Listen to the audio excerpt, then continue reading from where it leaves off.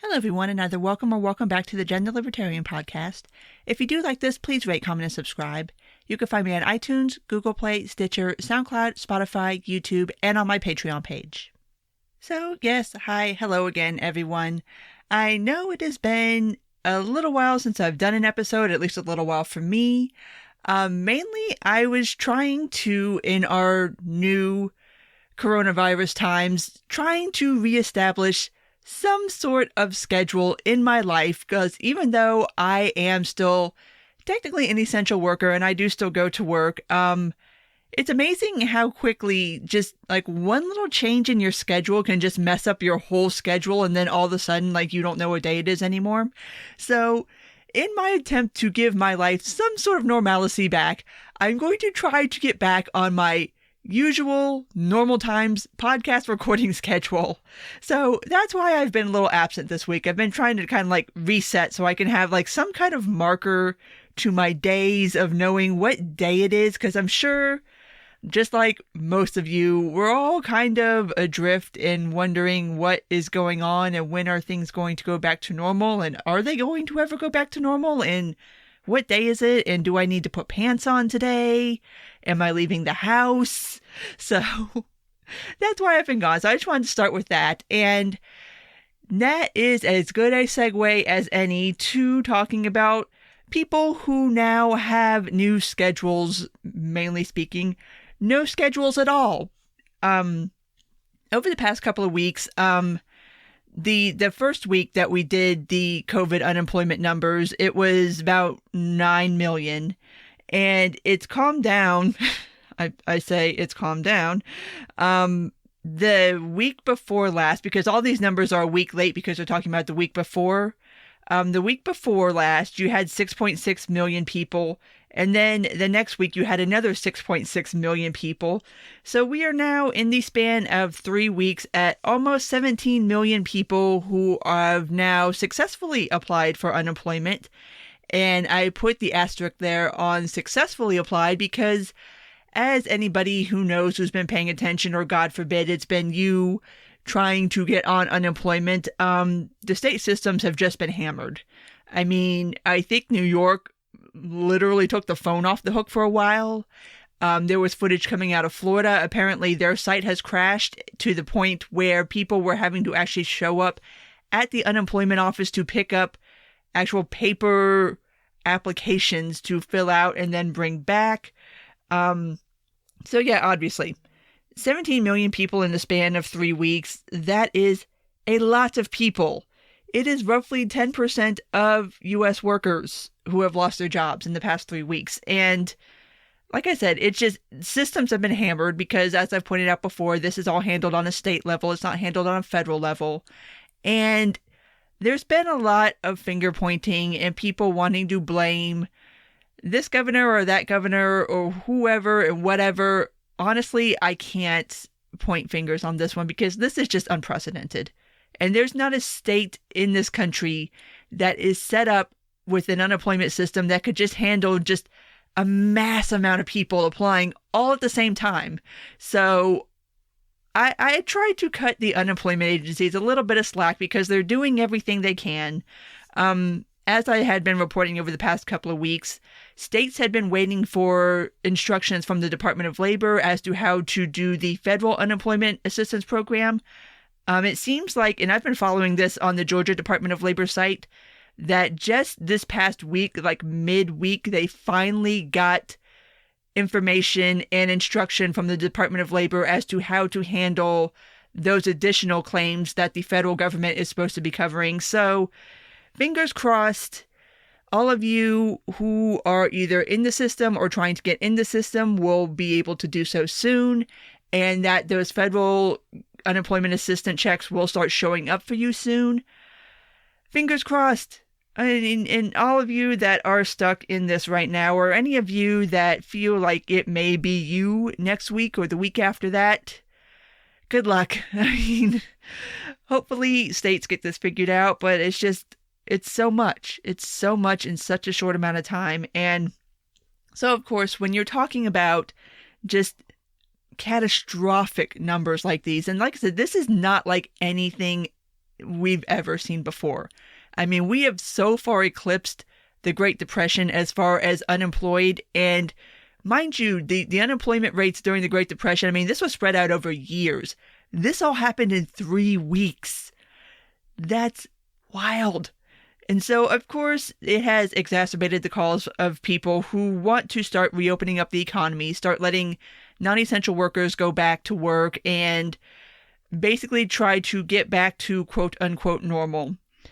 And I understand the idea behind it. And I understand, especially when you've got this many people out of work, you see what this is doing to the economy, and it is just hammering it. And there's no way around that. There's no way to not have this discussion, especially when it's gotten this far out of control. But here is the thing about reopening the economy and getting everybody back to work and trying to get back to normal. And even Ezra Klein over at Vox wrote an article about this that I actually agreed with, which is what normal would look like now, like what reopening the economy would look like right now. And in the absence of having the amount of testing that we need, which we still don't have, and that is really the only way we are going to get back to any kind of normal, is if you can finally start testing people, figure out who's infected, who's got antibodies, who needs to be quarantined, who is safe to go back out, until we figure out, okay, if you have the antibodies, if you've had COVID, are you then immune, or can you get reinfected? There seems to be some data coming out of South Korea that you can get reinfected. They're having cases of reinfection. I'm not entirely sure if that means that these people are asymptomatic, they're symptomatic, whether they can spread the virus, but it does seem like, at least preliminarily speaking, getting it may not necessarily mean that you're going to be immune from it for the rest of your life. So there's that. But what you would have to do, basically, is either do kind of what Taiwan and South Korea, and I think Singapore is doing this too, where you're being tracked. Basically, you have an app on your phone, you have to take your temperature, you have to do all this stuff. The government has put trackers on people who have been infected to track their movements, so that would be one thing.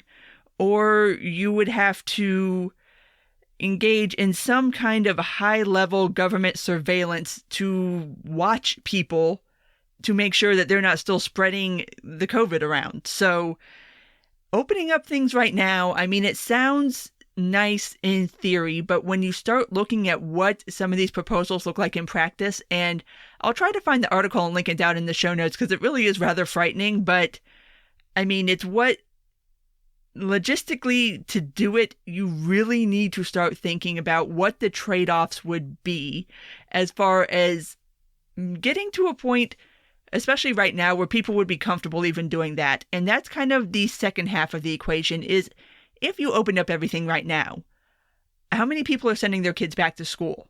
Like, how many of you are going to a sporting event or a concert right now? Like, they even canceled Burning Man, which has never happened. Like, who would even be comfortable going to something like that right now? Even if you are one of these people that are like, open back up the economy, I'm like, okay, that's cool. But you also have the second half of that is, when are people going to feel comfortable even doing things like sitting down in a restaurant or going to a bar or going to a club or going to like smaller gatherings where maybe there's 100 or 200 people, not necessarily like something where like you're going to the Michigan game and there's 250,000 people in a stadium. Even like small stuff, like when are people going to feel comfortable doing that? And to me, the only way that's going to happen is we get a vaccine or we drastically ramp up testing.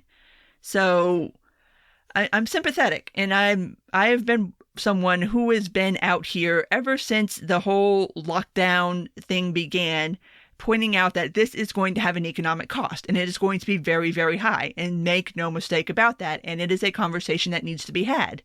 But just kind of reflexively going like, oh, well, we need to reopen up everything. It's like, you might want to think that one through too, because that's not going to look the way you think it's going to look either. So yeah, it's kind of crazy out there, and I'm dreading seeing what the next batch of unemployment numbers are going to be, because I think at this point, Every state is under a federal emergency status. I think it's up to 90 some odd % of Americans are under some sort of lockdown, so I don't see these numbers getting much better in the nearest future. In fact, we're probably going to keep hemorrhaging jobs, and that's depressing. And I know I've talked about this a lot, but it's just none of this had to happen, but here we are, and it's just like, no matter what, there's no good answer or solution right now. And that sucks. That really fucking sucks. But that's the truth of the matter. Like, there's no good option right now. And so I don't know. Maybe let people do it on a voluntary basis. But then again, I don't know. Like, I think it should just be left up to each state. Like, I certainly don't advocate for like a federal nationwide lockdown. Like, I don't even think that's constitutionally possible. So, but it's just, there's no good answer right now. And every proposal on the table right now has some seriously bad drawbacks that almost make them non-starters, if for not the fact that these are the options that are on the table, and the ideal option isn't on the table right now. Even still, after all this time, we do not have testing ramped up to where it needs to be. And it just, that's annoying. That is really, really annoying. But moving on from that, because I'm sure we will be discussing that more in the future, unfortunately. A controversy that started off really stupid, but then ended up, I think, going someplace that is rather illuminating, is apparently Jared Kushner was giving a press conference, and he referred to the national stockpile of PPE as ours. And so everybody kind of lost it trying to parse, what does ours mean? So somebody finally put it to Trump. Like, okay, when Jared Kushner said ours, what did he mean? And of course, there's the usual ducking and dodging and diving of the question. And for what it's worth, I do not watch these press conferences. There's nothing useful coming out of them, so I don't waste my time. But essentially, the way Trump answered the question was that the R is the federal government, and that it's not necessarily that the stockpile is for the states, which, first off, is a new understanding of what national stockpiles are for, because up until, I guess, we decided to redefine who ours is, it was always presented as, and even put in language, that it is there for the states to draw on if they so need. So basically, the upshot is that Trump told the states, you're on your own on this, you need to get your own PPE, and you should have already did it anyway, which is a dick thing to say right now, to be completely honest. But if that's the way you want to play it, fine. Then it's on the states. Here's the problem. And this is something that I started to see popping up, stories like this, about a week and a half ago. And it's to the point where this isn't like a conspiracy theory at this point. Like, FEMA has already had to admit in one case that this is indeed what they're doing. They are, through the Defense Protection Act, identifying shipments of PPE that are coming into states, that are coming into hospitals, that are coming into private businesses, and stealing them, for lack of a better term. I mean, you can call it seizing, you can call it reappropriating, you can call it whatever you want, but FEMA is showing up on tarmacs to take shipments that were already ordered and paid for by somebody else, taking the PPEs and doing God knows what with them. Nobody knows what the fuck FEMA is doing with these PPEs, but they are literally stealing them from people who need them. And so it's become this thing where Massachusetts was really like the first case that kind of blew up, and that is, they ordered in PPE for their hospitals and stuff, and FEMA seized it. So the next step was the state of Massachusetts had to concoct this like scheme involving a Chinese ambassador and ordering these supplies from China, and then getting Robert Kraft to send the Patriots private plane over to China to pick it up and bring them back. under what I would presume would be the idea that since this is a private plane and that this is kind of be maybe a little more under the radar, so maybe FEMA won't show up and steal this batch of PPE too. But yes, that is exactly what they're doing. And the case that they finally had to admit to it at, SEIU, one of the unions that covers healthcare workers, brokered a deal, well, an alleged deal with a supplier for, it was like some 30 million some odd masks coming out of China. So they brokered this deal. FEMA found out about it. The FBI started investigating the deal because FEMA basically wanted to know if they could seize those masks. Come to find out, the deal was fraudulent to begin with. There were no masks. It was all a scheme. But in that story, it basically was confirmed that yes, FEMA is tracking shipments. They're tracking orders. They are looking into taking people's stuff. So if you're going to say that it is the state's responsibility to get their PPE, and then you turn around when they get the orders and you take them from them, and mind you, these are orders that these states are paying for out of taxpayer money, and the federal government's just reappropriating them to do fuck all with it. What the fuck? How is a state supposed to get supplies to their hospitals and to the businesses and everybody who needs these supplies if even when you order it, the federal government shows up and steals your shit? What is that? And the fact that it's not a huge story yet blows my mind.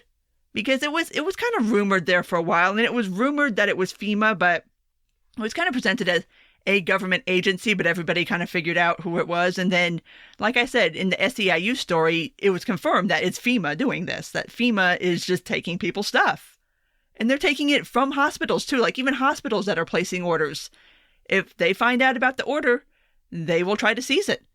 And so states are having to go through this like bizarre way of trying to do this shit under the radar. There's one state that declined to be named who is so fearful that FEMA is going to show up and seize the PPE shipment that they have coming in, that they were considering deploying the National Guard to the airport to protect the shipment. What in the hell is going on here? I mean, it's one thing to be like, okay, it's on the states. All right, fine, whatever. But then you show up and you take their stuff, and nobody knows what FEMA's doing with this. Nobody knows if they're stockpiling it, if they're distributing it to people, if to whom. Like, nobody knows. Nobody knows what's happening to this PPE that FEMA is showing up and taking, that somebody else paid for. That's stealing. If I did that, that would be stealing. Everybody would be like, that is a thief and a horrible, horrible human being, and she should be locked under the jail because she's stealing PPE from people who need it and paid for it. So maybe, hopefully, in the near future, this will become a huge story and somebody will be able to find out from FEMA what they're doing with all of this stuff that they're seizing, because the national stockpile is allegedly depleted. But that kind of doesn't make any sense in light of the fact of knowing that the federal government is seizing shipments. And I don't know. Maybe they're putting them in a warehouse. Maybe they're giving them to someone. Nobody knows. But it's really, really, really fucked up to do that. And before anybody asks, yes, under the Defense Protection Act, that's entirely legal. The federal government has the right, once that act is invoked, to seize anything that they deem to be essential to national security. So yes, this is legal. They can legally do this. That's wild. That's why you don't... Everybody who sat there and just screamed at Trump to invoke the Defense Production Act, thanks. This is what you got. You got this. You've got the federal government telling 3M who they can and cannot sell PPE to. You've got the federal government going and seizing supplies that were meant to go to other countries and keeping them here. Like, Oh my God, this is such a clusterfuck. This is so bad. And it's just like, I don't know what these states are supposed to do, and I don't know what these other countries are supposed to do, because like I said, you're placing these orders and they're getting seized. So what are you supposed to do? What do you do if you don't have Robert Kraft and his private airplane to go to China to pick up your stuff so it doesn't get stolen? It's insane. It's absolutely insane. And while we're on the topic of insanity and PPE and face masks, now both the CDC and the WHO have revised their suggestions on wearing masks in public. If you will remember, they both very famously told everybody that there's no point in civilians wearing masks. They don't do anything for you. You need to save them for the hospitals and the first responders. Don't bother buying any. Don't bother wearing them out in public. Don't do that. Well, yeah. Here's the thing. I can understand why they did what they did, but you still lied. They were trying to save as much face masks for doctors and first responders as humanly possible by telling the general public not to buy them. Fair enough, but you lied. You lied, and you possibly made this situation worse by lying. Not only did you destroy your own credibility here, because now you have to walk it back, and so now the suggestion is wear a face mask in public. If you can get surgical face masks, if you can get N95s, if you can get KN95s, do that. If not, you can make your own cloth masks. And yes, I have cloth masks. I did not make them. Somebody on Etsy made them and I paid for them because that's how capitalism works. But this is where we're at. And there is some debate as to the usefulness of cloth masks. I think it's better than nothing. So there you go. I'm hearing reports. I've not seen anything around my neck of the woods, but in other places, you're having places like grocery stores who are basically demanding people wear masks if they're going to go into the store.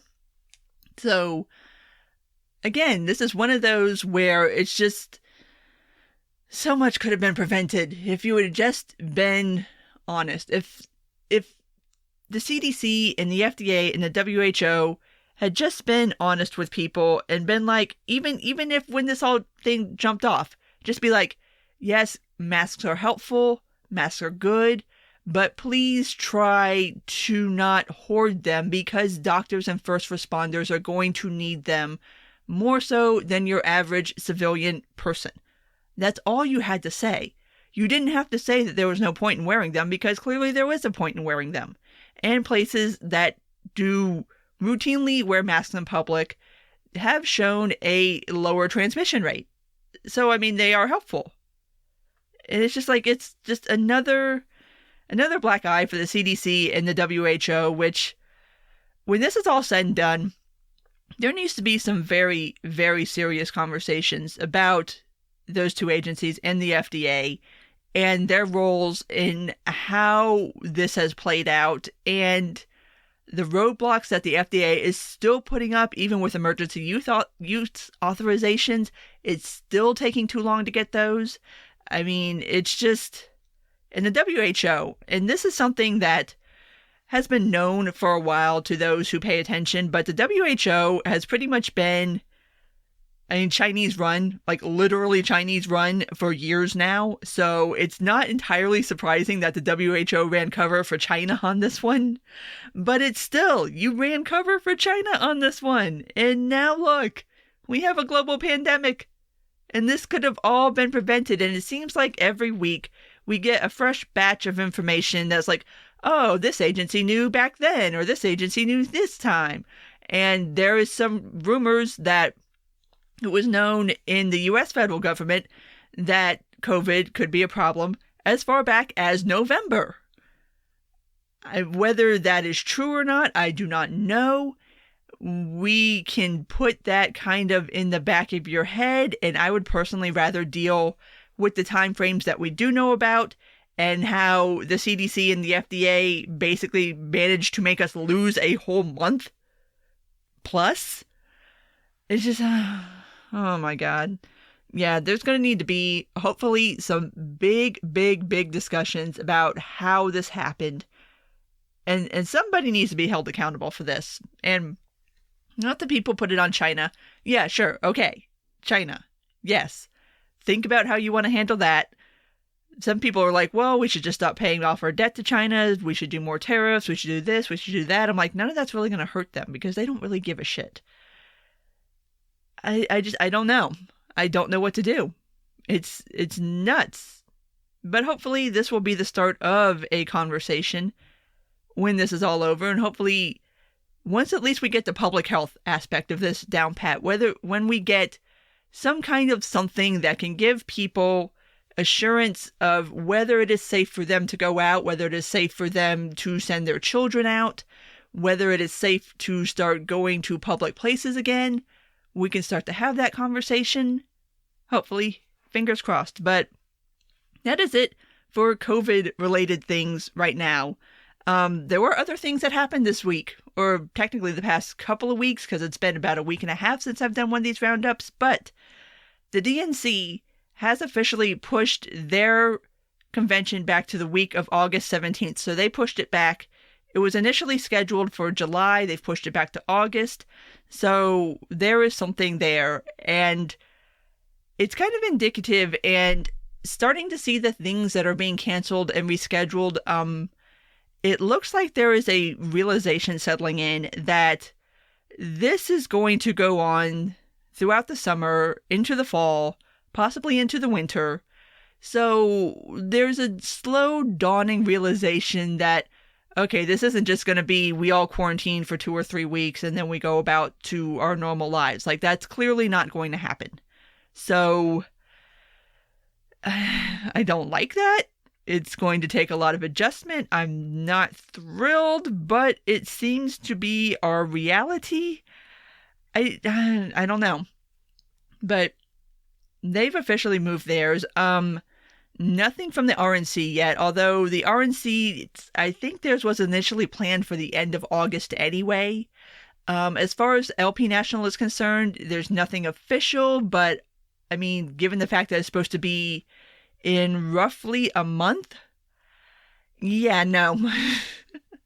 I don't think that's going to happen, so I don't know how exactly the LP squares that circle, because our convention does actually serve a function. Like the presidential nominee gets elected out on the floor of the convention. We don't have primaries and stuff like that. So there's a lot of logistics that need to be worked out as far as that is concerned, I'm assuming, before any kind of official announcement can be made. But I think it's pretty safe to say that Austin's not happening this year. So things that happened that shouldn't have. On the 7th, Wisconsin actually held their primary. Yeah. Pretty much everyone else who hasn't already had their primary, obviously, has delayed it to some extent. Wisconsin did not. Essentially what happened, and this kind of has shades of Ohio too. It was proposed, obviously, to move it back. Their state Senate blocked it because Republicans still have this stupid pissing contest with the governor of Wisconsin, and they're basically just dead set on blocking anything this man tries to do. So ultimately, they blocked the bill to move the primary. The Supreme Court had already ruled that a governor cannot unilaterally move the date, so they had it on the 7th. And it was every bit of a disaster as you would imagine holding a primary right now would be. There were multiple polling places that were closed due to lack of volunteers, because as anybody who knows who's ever been to a polling place, most of the volunteers are elderly people, and obviously elderly people are not supposed to be going places where there's lots of other people and people touching stuff and people breathing on each other. Clearly they're not supposed to be doing that. So I think it ended up being like the majority of their polling places were actually closed. So the ones that were open, and they kind of like ad hoc'd this, I guess. The ones that were open tried to do social distancing and everything as much as humanly possible. But of course you had tons and tons and tons of people coming out to vote because clearly it's the primary. And not that it particularly matters much anymore. We'll get to that in a second. But we do not have results from Wisconsin yet. Probably won't have them till next week, just because of everything that happened, and you're just the shortage of workers and the shortage of people who are there to count the votes and to certify things. Yeah, it's just a whole clusterfuck. And apparently, from what I understand from people in Wisconsin, there were some couple other down tickets, like things on that primary ballot too. But I mean, there's no reason this shouldn't have been delayed. Come on now. That's just ridiculous. That's absurd. And Wisconsin is under a stay-at-home order. So technically these people were violating the stay-at-home order, although one could make the argument that voting is an essential service. But these are people that are not supposed to be congregating in public. We're not supposed to be doing that. We're not supposed to be all standing around in a building, and we're not all supposed to be touching machines all at the same time. And oh my God. But yeah. That happened because some people wanted to be assholes, and so now hopefully I'm crossing my fingers for the state of Wisconsin that it doesn't pop up in like 2 or 3 weeks. They have like hot spots of COVID because of this nonsense, because this is just, oh my God, push back your damn primaries, people, and don't be assholes about wanting to push back primaries. Like, this is not a pissing competition. There's a pandemic going on, people. Stop it. But anyway, to the topic of the results of Wisconsin not even really mattering anymore, which, oh my God. So, that happened on the 7th. On the 8th, Bernie drops out. So, it is now Joe Biden who is going to be the presumptive nominee, obviously for real this time. I was kind of surprised that Bernie dropped out before the convention, because I really thought he was going to take it all the way to the convention. I mean, you stayed in this long, and if you were going to drop out, could you possibly have done it before Wisconsin so that people wouldn't have to like go crush into the damn polls like this is still some kind of battle? Damn it, Bernie. But yes, Bernie is officially out, and his people are not happy about it. And we would probably be seeing a lot of more whining on the internet if COVID hadn't taken over every aspect of being. So, but they're not happy.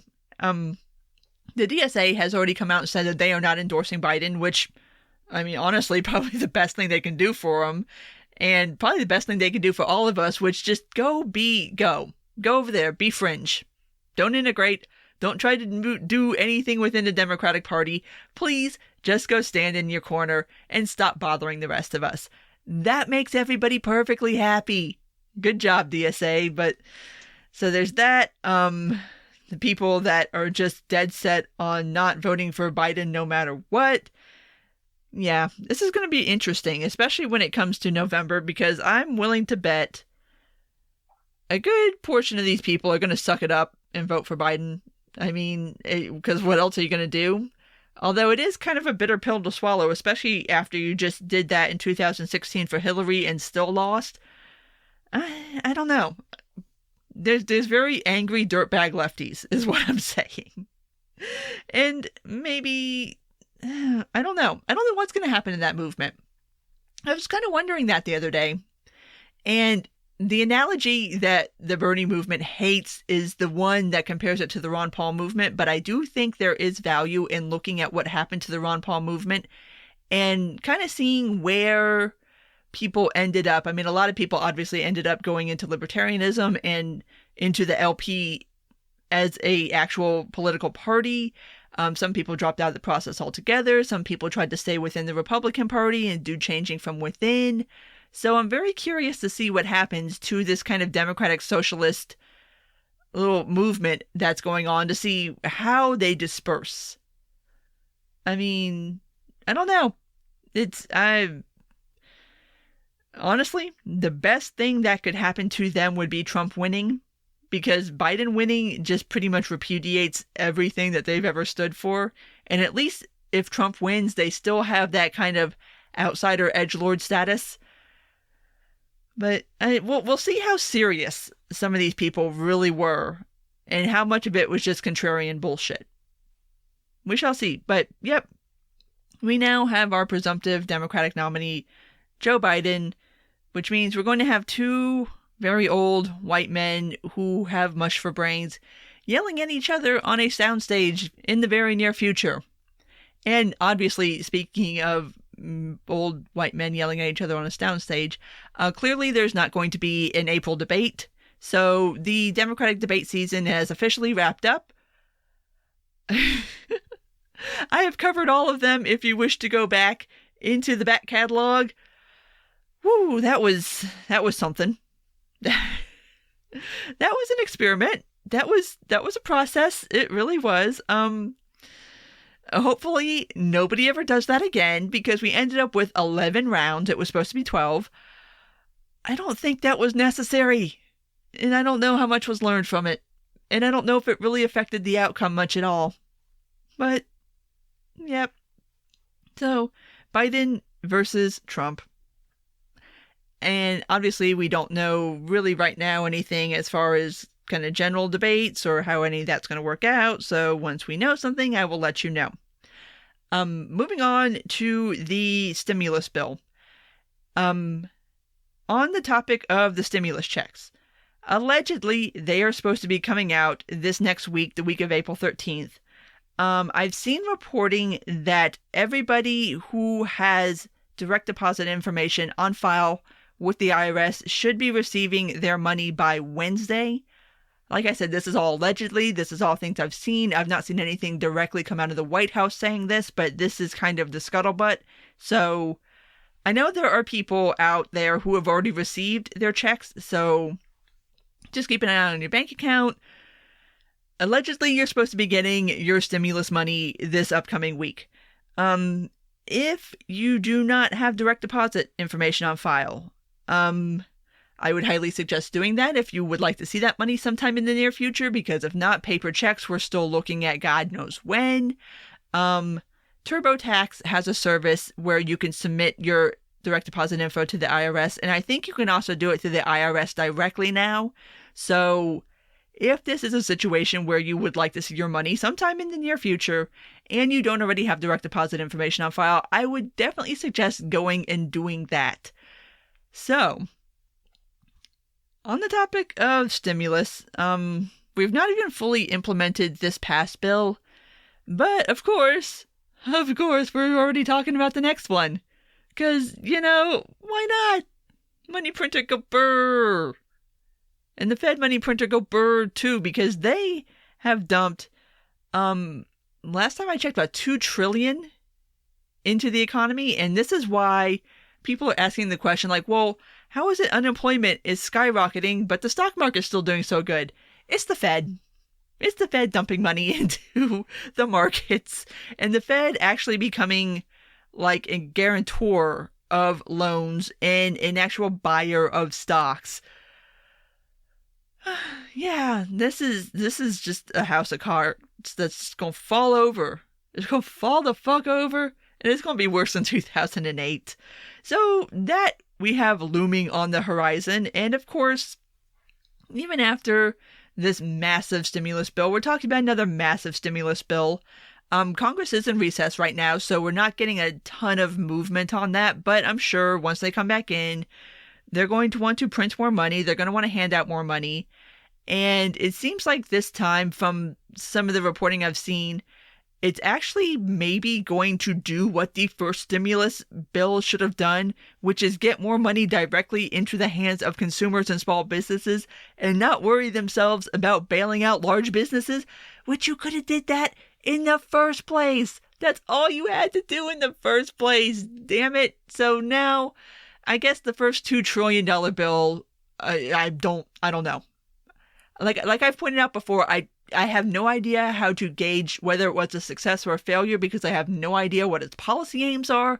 Nobody seems to quite understand what it's supposed to do. So you can't really judge success or failure if you don't know like what success or failure was supposed to be or supposed to look like. They're just going to spend more money, though. We're probably going to get another stimulus bill. And whatever is going to be in it, I mean, obviously we'll discuss that when the time comes, but it's coming. So, Yep, I think we pretty much covered everything that I've missed over the past week and a half. And so, like I said, I'm trying to get back on my regular recording schedule. So hopefully from here on out, that will be something that I will do. I have more free time, and it's weird to me. I'm not used to having free time, and I have free time, and it's just messing up my whole damn schedule. It's so weird. It's one little thing. Like, you throw off one thing, you get off one extra day, and all of a sudden it's like, I don't know when to do things anymore, and I don't know what day it is, and I don't know what time am I supposed to start drinking now. I'm very confused. Why am I eating all this food? Why do I have so much food? This is awful. I'm going to be so fat by the time this is done. But anyway, and I'm sure everybody else is in the same boat too. And at least I still have a job. For now. So, to all of you who don't, I raise my glass and I say a little prayer for you, because I don't know when this is going to end. And I don't know how it's going to end. So, fingers crossed for everybody that we all make it through this somewhat okay. Hopefully, maintain a little bit of hope. But at this point, I'm going to go ahead and wrap this up because I've been going on long enough. So if you made it this far, as always, thank you for listening. And if you do like this, please rate, comment, and subscribe. You can find me on iTunes, Google Play, Stitcher, SoundCloud, Spotify, YouTube, and on my Patreon page. Take care, and until next time.